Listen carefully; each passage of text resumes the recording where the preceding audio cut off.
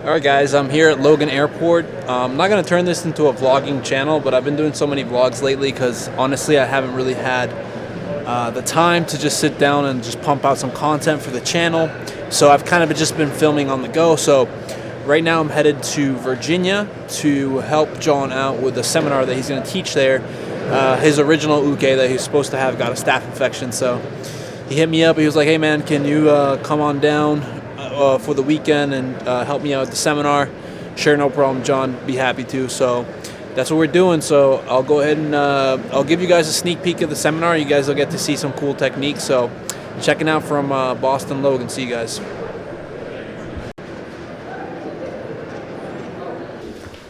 Now fellas, we look at this idea that anytime we base our game on angle change, you're going to get a predictable reaction out of your opponent. When I move to an angle, he's going to put out frames, he's going to bring the inside knee in, and he's going to use that outside leg to realign his body with yours. Okay, and this is a pattern you're going to be working against the rest of your time in jiu-jitsu, so we've got to learn how to do it. Okay?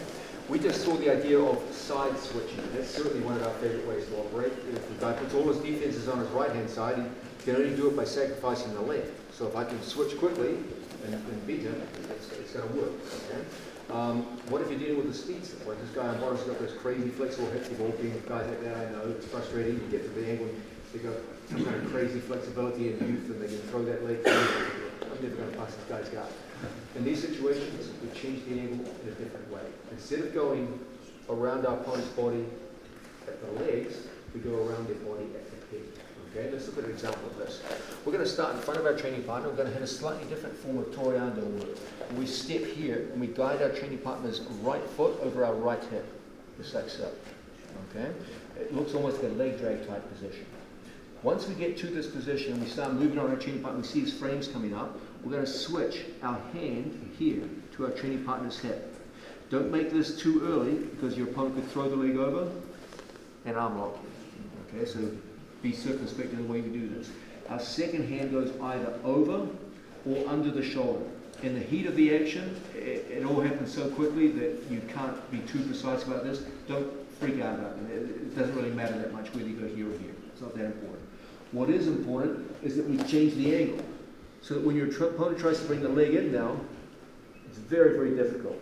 And now we take our head like a battering ram to our training partner's legs, and we clear the legs out and we settle down into the pad. Okay? So let's understand how we use our head here. When he goes to bring his legs out, you've all been with those flexible guys, they're so good at bringing the legs up underneath you. How do I deal with this? Okay? If I just put my head here on his chest, he can still bring his legs inside.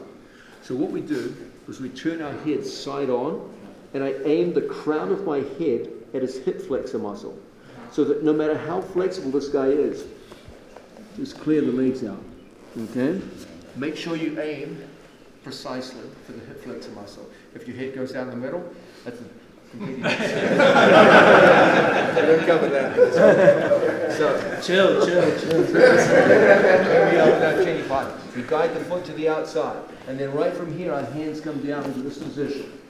And then we just use our head to clear everything out, and we end up with a nice pass. Let's have a look at all this again. We start off with the movements, kind of similar to a leg drag, like a no-gi leg drag. We just pass the foot over like so.